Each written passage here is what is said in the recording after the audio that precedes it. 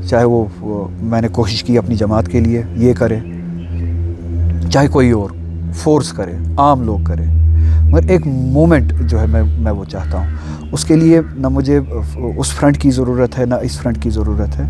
ہاں ایک وقت کی ضرورت ہے، وہ وقت خود اس چیز کو اس چیز کے لیے راستہ کھولے گا جب صحیح سوچ رکھنے والے عام انسان، عام لوگ، ذی وقار لوگ، ذی شعور لوگ اس تحریک کے لیے. میں کسی کی ذات کو کسی کرسی تک پہنچانے کے لیے یہاں پہ نہیں ہوں. میں کوئی ایسی پارٹی یا کوئی ایسا فرنٹ کھولنا نہیں چاہتا ہوں جس کا نتیجہ صرف یہ ہوگا کہ کوئی شخص کہیں پہ بیٹھا ہے اس کو اٹھا کے کرسی پہ پہنچاؤں، ایم ایل اے بناؤں، منسٹر بناؤں. نہیں، کوئی ایسا فورس ہو، کوئی ایسی تحریک ہو ہم سب کی جو جموں کشمیر کے پولیٹیکل ایجنڈا کے لیے کام کرے. ہماری جو کانسٹیٹیوشنل گارنٹیز، آئین، جو ہمارا تشخص، ہمارا حق، ڈیموکریٹک رائٹ تھا، جو سٹیٹس تھا اس ریاست کا، ان پروٹیکشنز کے، ان تشخص کے، ان حقوق کی واپسی کے لیے ایک کانسٹیٹیوشنل اور ڈیموکریٹک لڑائی لڑے. لیکن آغا صاحب مجھے اس سے یاد آیا کہ جب راہل گاندھی مطلب ایل او پی ہیں، وہ بار بار کسی چیز کی مانگ کرتے ہیں، تو ایک بار امت شاہ صاحب نے کہا کہ ہم ان پہ دھیان نہیں دیتے، یہ ان کی بات 10 دن رہتی ہے، 10 دن بعد یہ بھول جاتے ہیں، نیکسٹ ٹاپک پکڑتے ہیں. تو کیا آپ کو لگتا ہے کہ جو نئی دلی کی سرکار ہے وہ آپ کی اس ریزسٹ کریں گے، آپ پروٹیسٹ کریں گے یا آپ تحریک چلائیں گے، کوئی فائدہ نکلے گا؟ یہ وہ دے پائیں گے اسٹیٹ ہوڈ؟ اب یہ میں یہ مان کے یہ امید رکھ کے چلوں یا یہ توقع رکھ کے چلوں کہ کیا بی جے پی مجھے یہ کام کرنے دے گی یا نہیں، تو پھر یہ لڑائی کیوں ہے؟ پھر تو وہ سبھی ٹھیک ہے، اے بی سی ڈی ٹیمز یا جو ہماری جماعت جس راستے پہ جا رہی ہے اس وقت، پھر یہ لڑائی کیوں ہے؟ تو پھر ہر کوئی رضامندی ڈھونڈ رہا ہے. پہلے یہ آپ کے حق کی لڑائی ہے. اس کے لیے آپ کے ساتھ جس نے زیادتی کی ہے اس آپریسر کی رضامندی شرط نہیں ہے. وہ آپ سے رضامند ہے یا نہیں ہے یہ شرط نہیں ہے. آپ کا حوصلہ، آپ کا حق اور آپ کا خدا پہ توکل، شب مجھے نہیں پتہ یہ بات کہنی چاہیے یا نہیں کہنی چاہیے، اللہ تعالیٰ پہ توکل اور آپ کا حق پہ یقین کہ ہمارا جو چھینا گیا ہے وہ ہمارا حق ہے. آپ کو لڑنا ہے.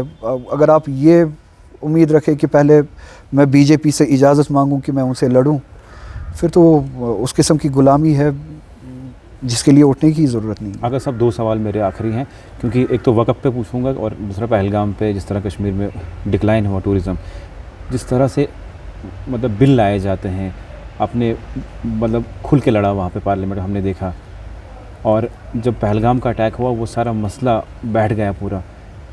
کیا اس کے خلاف آج بھی لڑائی جاری ہے؟ وقف کے خلاف جس طرح سے بل لایا گیا. وقف کے خلاف میں پرسوں بھی تھا دلی میں، تب بھی وہاں پہ ایک پورے ہندوستان کے مختلف ریاستوں سے ایک بہت بڑا مجمع تھا. کولکتہ میں مجھے یاد ہے پروگرام تھا، وہاں پہ بھی مجھے دعوت دی گئی تھی. رانچی میں بھی اس طرح کا پروگرام ہوا تھا جہاں میں جا نہیں پایا. میں ملک کی دوسری ریاستوں میں وہ لڑائی دیکھ رہا ہوں ہر سطح پہ. سپریم کورٹ میں بھی وہ لڑائی لڑی جا رہی ہے اور سول سوسائٹی اپنے لیول پہ بھی لڑائی لڑ رہی ہے. پولیٹیکل کوشش بھی کی جا رہی ہے، ایک اوپینین بھی جنریٹ کی جا رہی ہے. یہاں پہ جو ذمہ داری تھی وہ اس طرح سے پوری نہیں ہوئی. ہمارے پاس کم سے کم چاہے وہ یو ٹی ہے جو بھی ہے، ایک اسمبلی ہے جہاں سے وہ آواز جانی چاہیے تھی، نہیں گئی. پھر سے کہوں گا کہ یہ وہ کوتاہیاں ہے جو لوگوں کے تنقید کی وجہ بن رہی ہے، اور شاید جماعت جو ہے وہ لڑائی اس انداز سے نہ لڑ رہی ہو، مگر میں وہ لڑائی لڑ رہا ہوں. لیکن بھاجپا یہ کہتی ہے کہ جموں کشمیر جہاں پہ مسلم میجورٹی اسٹیٹ ہے وہاں پہ ایک بھی پروٹیسٹ وقف کے خلاف نہیں ہوا، لوگوں کی سہمتی ہے، لوگوں کی منظوری ہے وقف پہ. کیونکہ بالکل منظوری نہیں ہے. کس طریقے سے آپ یہ کہہ سکتے کہ منظوری ہے؟ اسی لیے میں نے کہا تھا نا کہ اب پروٹیسٹ کی آپ نے بات کی. جب میں کہتا ہوں کہ اس گورنمنٹ کو ذمہ داری مینڈیٹ ملا تھا ریزسٹنس کا، ایک ڈیموکریٹک ریزسٹنس کا، جب کشمیری بیچارہ پروٹیسٹ کرتا ہے نا، اس کو یا تو پی ایس اے لگایا جاتا ہے یا او جی ڈبلیو کہا جاتا ہے یا یو اے پی اے لگایا جائے گا. اس پہ جرنلسٹ رپورٹ نہیں کر پائیں گے، دھمکایا جائے گا، انٹیمیڈیشن ہوگا، لوگوں کو اٹھایا جائے گا. اگر وہی پروٹیسٹ چیف منسٹر لیڈ کرے یا چیف منسٹر آرگنائز کرے, یا وہی پروٹیسٹ چیف منسٹر کرے, یا وہی آواز اسمبلی سے ہو, تو شاید ان لوگوں پہ وہ تلوار نہیں پڑے گی, نہیں گرے گی جن پہ ادروائز وہ تلوار گرتی ہے. اسی لیے یہ ایک انسٹیٹیوشن دیا گیا تھا اس تنظیم کے حوالے میں کہ آپ لیڈ کیجئے, ایک پولیٹیکل شیلٹر ملے گا اس عوام کو, جس کے ذریعے ایک پلیٹ فارم ملے گا جس کے ذریعے یہ بات کر پائے اور ان پہ پی ایس اے یو اے پی کی تلوار نہیں ماری جائے گی. کشمیری بیچارہ خود نکلے گا, اس کا نتیجہ وہی ہوگا جو آپ کو پتہ ہے. پولیٹیکل پیٹرنیج ہوتی اور وہ اسی گورنمنٹ کی ہوتی, شاید وہ تلوار ان پہ نہیں پڑتی. تو یہ کوتاہی یہ کوتاہی اس گورنمنٹ کی طرف سے ہوئی ہے, یہ کوتاہی ہماری طرف سے ہوئی ہے. وہ پولیٹیکل ریزسٹنس جو ایک امبریلا پولیٹیکل ریزسٹنس جو وقف بل کے حوالے سے بھی ہونا چاہیے تھا, نہیں ہوا. آغا صاحب, ایک آخری سوال یہ ہے کہ پہلگام میں جس طرح 22 تاریخ کو ہوا, پہلی بار کشمیری پاکستان کے خلاف نکلے, لیکن اس کے بعد جس طرح سے نیشنل میڈیا نے, کچھ چینلوں نے کشمیریوں کو بدنام کرنے کی کوشش کی, میں نے دیکھا کہ لال چوک میں بھی ایک میڈیا والا پوچھ رہا تھا کہ پاکستان کے ساتھ کیا ہونا چاہیے, اور کچھ کہہ رہے تھے کہ پہلے انویسٹیگیٹ کیجئے, اور پھر انہوں نے یہ خبریں چلائی کہ کشمیری آج بھی نہیں مانتا کہ پاکستان نے اس طرح کیا. اور اس کے بعد جب میں نے اس کا پہلگام گیا, میں 2 دن وہاں پہ رہا, لوگوں سے میں نے بات چیت کی, انہوں نے کہا کہ بالکل زیرو ہو گیا ٹورزم, کہیں نہ کہیں کشمیریت کو ڈینٹ پہنچا ہے. کیا کہیں گے اس پہ آپ؟ اس کے خلاف پورا کشمیر نکلا. میں نے بھی کہا, آپ نے بھی کہا, لوگوں نے سڑکوں پہ آ کے کہا, وہ دہشت گردی ہے, اس کے حق میں یہاں پہ کوئی نہیں ہے. اور جس طرح سے لوگ نکلے وہ پہلی بار شاید ہوا ہے, مگر اس کے بعد جو ری ایکشن ملا, جس طرح سے اسٹیٹ کو یا نیشن کو اپنانا چاہیے تھا جموں کشمیر کے لوگوں کو, اپنایا نہیں گیا. ان سبھی کو دہشت گرد کہا گیا, ٹیررسٹ سمپتھائزرز کہا گیا, او جی ڈبلیوز کہا گیا, انیبلرز کہا گیا. آپ کے سپورٹ کے بغیر ایسا ہو ہی نہیں سکتا. انیبلرز کہا گیا, گھر گرائے گئے, 2000 سے زیادہ لوگ اٹھائے گئے, جیلوں میں بھرے گئے, تھانوں میں لیے گئے, گھر گرائے گئے. کشمیر کے لوگ جو ریاست سے باہر تھے, تاجر تھے, اسٹوڈنٹس تھے, کچھ کو دھمکایا گیا, کچھ کی پٹائی ہوئی, کہیں پہ حملہ ہوا. میں نہیں کہہ رہا ہوں کہ پورے ملک میں ایسا ماحول تھا, مگر جو حکومت, جو پارٹی حکومت چلا رہی ہے, جو رائٹ ونگ اس وقت کنٹرول میں ہے, اس رائٹ ونگ نے ماحول بنایا. پھر آپ نے میڈیا بھی دیکھا, quote and quote mainstream media, کس طرح سے کشمیر کے خلاف ایک پائزنس ایٹماسفیئر بنایا گیا, وشیٹ کیا گیا جموں کشمیر کے لوگوں کو, اور یہ کہا گیا کہ کشمیر سے اب دور رہو, ٹورزم نہیں ہونا چاہیے وہاں پہ. ایک پراپر ایک پروپیگنڈا چلایا گیا, پروجیکٹ چلایا گیا جموں کشمیر کے لوگوں کے خلاف اس حملے کے بعد. تو ہم دونوں طرف سے جو ہے وہ شکار ہے. جو دہشت گرد آئے وہاں پہ, انہوں نے جو حملہ کیا, اس کے بھی شکار جموں کشمیر, ان لوگوں کے ساتھ ساتھ جو وہاں پہ قتل ہوئے, ان لوگوں کے ساتھ ساتھ جموں کشمیر کے لوگ بھی ہے. اکانومی سے زیادہ جو انٹیمیڈیٹ, جو اسٹیریوٹائپ کیا گیا جموں کشمیر کے لوگوں کا, وہ سب سے زیادہ بری چیز ہے. اکانومی شاید امید ہے کبھی ٹھیک ہے پھر سے ابھرے گی, اور اسٹیریوٹائپنگ جو ہوتی ہے, جو پورے لوگوں کو ایک کلر کیا جاتا ہے, دہشت گرد نام دے کے, سیپریٹسٹ نام دے کے, ملک دشمن نام دے کے, وہ بہت بڑا نقصان ہے. تو اس کے بعد جو ری ایکشن تھا جموں کشمیر کے لوگوں کے تئیں, اس رائٹ ونگ کا, میں پورے ہندوستان کا نہیں کہوں گا, اس رائٹ ونگ کا بہت زیادہ خطرناک تھا. چلیے, بہت بہت شکریہ. میرے ساتھ ممبر پارلیمنٹ سعید آغا رحولہ بات کرنے کے لیے تھے, کیونکہ کچھ افواہیں چل رہی تھی, ساتھ تمام سوال پوچھے اور پہلگام اٹیک وقف پہ بات چیت کی. لیکن کشمیر میں جو افواہیں چلتی ہیں اور یہ مانا جاتا ہے کہ بالآخر وہ سچ ثابت ہوتی ہیں. لیکن کیا کچھ ہوتا ہے آگے آنے والے ٹائم میں, تب بھی بات چیت کریں گے. آپ کی کیا کچھ رائے ہے, کمنٹ سیکشن میں ضرور لکھیے گا.